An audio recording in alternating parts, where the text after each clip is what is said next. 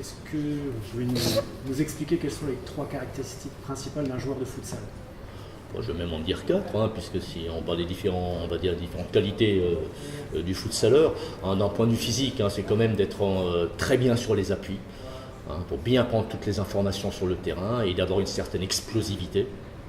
D'un point de vue tactique, c'est énormément, on va dire, de prise de décision. Et d'un point de vue technique, peut-être que là, à contre-courant de ce qui pouvait avoir lieu en France, peut-être il y a 10-15 ans, quand on n'avait pas ce championnat aussi développé que maintenant, on pouvait penser que le futsal, c'était, on va dire, une addition de dribbleurs, alors que c'est bien plus un jeu de passe vers une cible. Inversement, dans une spécificité trop grande de futsal, on pouvait penser aussi que c'était qu'une addition de combinaisons. Il suffit juste de travailler des combinaisons et de les calquer, les appliquer telles quelles à l'entraînement, et ça c'est pas vrai non plus. C'est quand même avant tout un jeu de prise de décision, où certes les combinaisons servent à enrichir avec un vocabulaire du joueur, une culture tactique, mais après c'est chaque action qui a sa vérité, et où le joueur doit sortir, on va dire, la carte qu'il faut, et en fonction aussi de ses qualités personnelles. Et justement, dans votre rôle d'entraîneur, vous devez aussi vous inspirer du match et changer vos tactiques, vos joueurs. Comment ça se passe au niveau de la concentration de l'entraîneur, justement? Il est clair que le coaching change du tout au tout à partir du moment où dans un match vous faites une trentaine, quarantaine de changements, vous en faites un peu moins si vous voulez changer par 4, le fait de faire des rotations par 4, mais dans ce cas-là, il vous faut suffisamment de gauchers, de pivots, etc. Mais ça permet une variété plus grande à ce moment-là, on va dire, de situations travaillées, ça permet d'améliorer les automatismes. Vous n'avez pas forcément suffisamment de joueurs pour ça. Il peut aussi y avoir une stratégie différente de l'entraîneur par rapport, on va dire, à la cohésion de son groupe et de faire du changement au compte-goutte. On peut faire les deux. On voit aussi la richesse extraordinaire, on va dire, du futsal au niveau du coaching, parce que, on va dire, l'emprise de l'entraîneur, sa marque de fabrique est 3 fois plus importante qu'au foot, avec les temps morts, avec les changements. C'est juste, on va dire, on est un acteur, on va dire, vraiment, vraiment important. Et moi qui viens du foot, je sors 3-4 fois plus décimé d'un match de futsal que d'un match de foot, parce que, comme je l'ai dit pour les joueurs, la prise de décision est essentielle, mais pour l'entraîneur, l'observation, l'analyse, la prise de décision demande une lucidité incroyable, sachant qu'en même temps, comme pour les joueurs, l'intensité est tout aussi forte. Donc pour garder sa lucidité, c'est pas toujours évident. Et je pense que c'est important d'être accompagné dans la prise de décision, accompagné également dans les statistiques, c'est pas tout à fait la même chose, un accompagnement également d'entraîneurs vidéo. Je pense que tout ça est incontournable parce que ça fait sinon trop d'éléments à prendre en compte.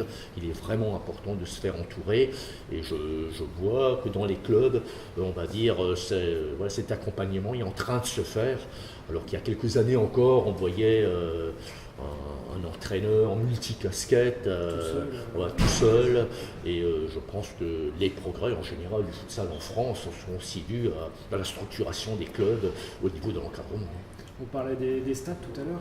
Comment vous fonctionnez sur les stats, et notamment quels stats vous ressortez on va dire en priorité?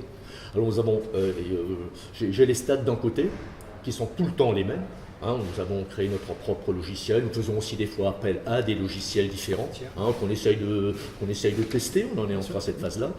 Et à côté de ça, j'ai la prise de décision, et l'aide à la prise de décision. C'est-à-dire qu'à côté de moi, par rapport à la stratégie du match, donc pas par rapport à quelque chose, on va dire, de tous les joueurs et de tous les matchs, mais spécifique à la stratégie. Si vous voulez, si vous voulez faire le pressing, il peut être intéressant, si vous avez décidé de presser le plus haut possible, de mesurer le nombre de ballons que vous avez récupérés dans le camp adverse, par exemple, ou un joueur en face dont vous avez mesuré la qualité du dribble, combien de fois vous avez réussi à gagner le duel. Donc ça, ce sont par rapport, on va dire, aux objectifs que vous imposez à vos joueurs, vous ayez tout de suite un retour à la mi-temps et même constant pendant le match. Mais c'est vrai qu'en équipe de France, on a quand même l'avantage dans nos matchs de pouvoir être filmé et d'avoir les stats en direct. Ça, tout le monde ne peut pas l'avoir, et donc le fait d'avoir le retour des stats en direct peut vous donner aussi des indications sur des choses que vous n'avez pas vraiment vues. même qui sont en dehors de la stratégie et qui permettent quand même de rectifier le tir le cas échéant. Mais ça demande un entourage important, on va dire, d'adjoints en relation avec l'entraîneur vidéo dans la tribune. Et ça sert aussi de moyen de vérification pour un entretien individuel ou pour montrer une phase de jeu à l'ensemble de l'équipe, la vidéo plus les stats. Effectivement, après chaque match, nous découpons les actions de jeu de chaque joueur, nous les mettons sur une plateforme, nous les donnons donc à chaque joueur et derrière nous faisons systématiquement un entretien d'un quart d'heure avec chaque joueur par rapport à sa performance. Et le futsal en France est encore, on va dire, naissant au niveau de la formation et tout ça. Comment vous procédez pour en apprendre encore plus, vous former? Vous parliez tout à l'heure des visualisations des différentes phases auxquelles vous ne participez pas justement, vous y participez. Et justement, comment vous vous formez et comment vous la présence est déjà essentielle dans les phases finales. J'étais en Colombie, j'étais à Zagreb, à Belgrade, donc toutes les grandes compétitions récentes. On est en groupe de travail également où on essaye absolument de croiser un maximum d'informations, ça c'est absolument incontournable. Et maintenant, heureusement, grâce au net, on peut avoir un maximum de données sûres. On va dire c'est ce qui se fait peut-être le mieux au monde, les Espagnols entre autres. Donc l'accès à ces informations par le biais du numérique est forcément hyper enrichissant.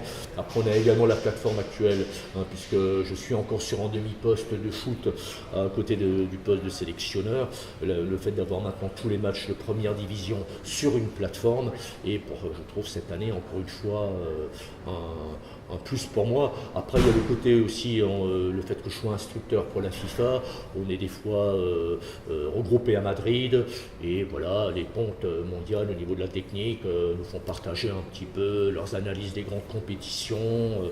Et donc ça aussi, ça m'a souvent aidé. La FIFA, ou c'était l'UEFA, je ne sais plus, il y a quelques années, a également regroupé tous les sélectionneurs, on va dire des pays amateurs, comme la France.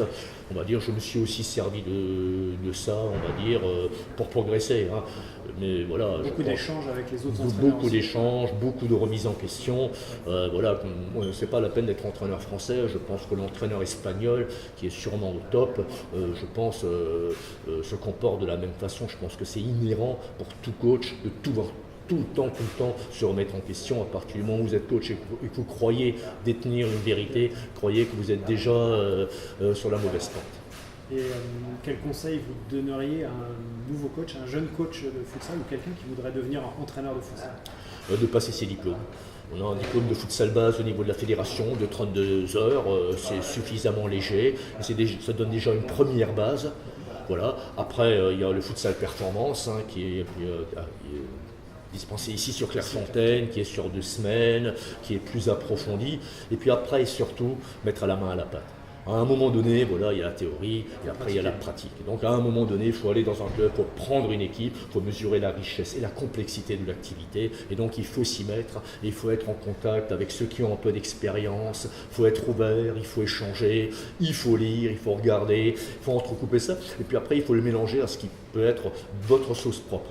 Parce qu'il ne faut pas faire du copier-coller de ce qu'on ferait nous en équipe de France, de ce que feraient les Espagnols, qu'on a des fois tendance à faire. Mais il faut faire après en fonction de ses joueurs, en fonction des projets de son club, du projet sportif, du projet de jeu. Et l'analyse, on va dire, des moyens du bord, où ça part déjà des qualités des joueurs, c'est essentiel. C'est cette analyse, cet état des lieux qui fait une stratégie, un comportement vraiment cohérent de l'entraîneur qui est le plus difficile. Et ça, c'est avant que tout commence, avant toute programmation, planification, arriver à tout mettre sur table pour essayer de voir où je vais aller. Qu'est-ce que je peux demander à mes joueurs, jusqu'où est-ce que je peux aller.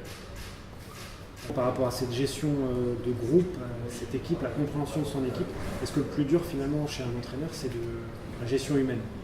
La gestion de l'homme. La gestion humaine, on va dire ça concerne le sport en général, les sports co en général. Et il est vrai, je pense que depuis toujours, peut-être même certains entraîneurs de foot même le disent de plus en plus, c'est les relations humaines qui prennent le dessus, où il faut gérer les égos, il faut arriver coûte que coûte à garder un groupe uni, à fédérer, à faire en sorte entre à gérer une concurrence saine.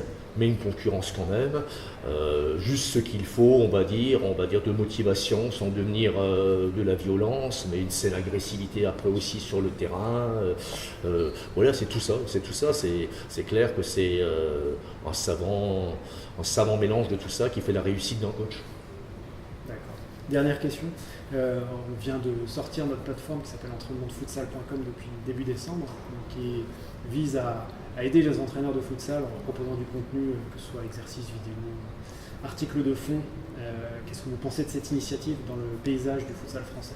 J'ai dit que l'avenir était dans le partage, hein, c'est juste évident, et puis on a cette possibilité-là actuellement de ne pas devoir toujours se déplacer, et puis bon, il n'y a plus de jardin secret, maintenant tout se sait, donc n'importe quel élément supplémentaire, un magazine, un site internet, un logiciel, non on est preneur, et j'espère, longue vie en tout cas à votre site, et puis voilà, je vous remercie, je vous félicite de cette initiative-là, je suis persuadé que vous allez être des acteurs encore supplémentaires pour permettre au futsal de continuer à progresser.